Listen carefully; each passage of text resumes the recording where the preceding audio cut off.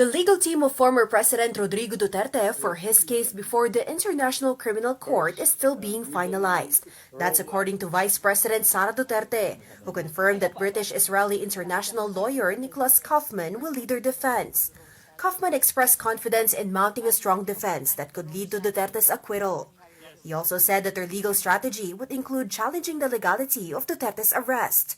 I'm very confident of the strongest defense possible, and I'm very confident that he will be acquitted, indeed, even at the earliest stage possible. Additional lawyers are also expected to undergo interviews before joining the team.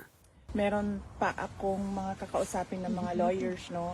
Meron pang darating na isang abogado. I-interview ko siya para sumali sa team.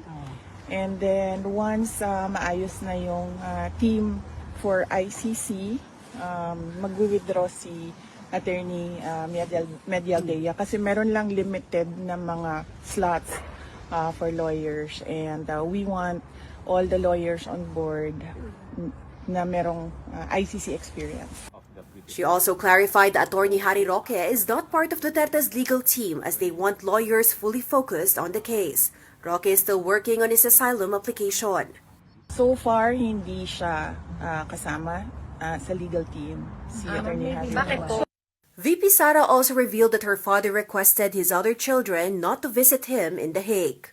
Sabi niya na wag na pumunta dito dahil wala naman daw silang gagawin dito unless gusto daw nilang sumama doon.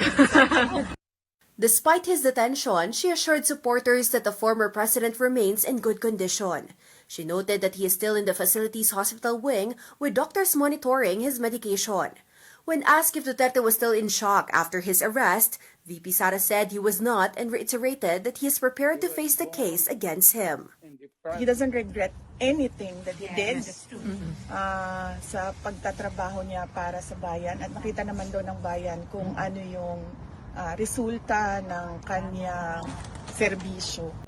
For those who want to send a message to the former president, VP Sara said he can receive letters.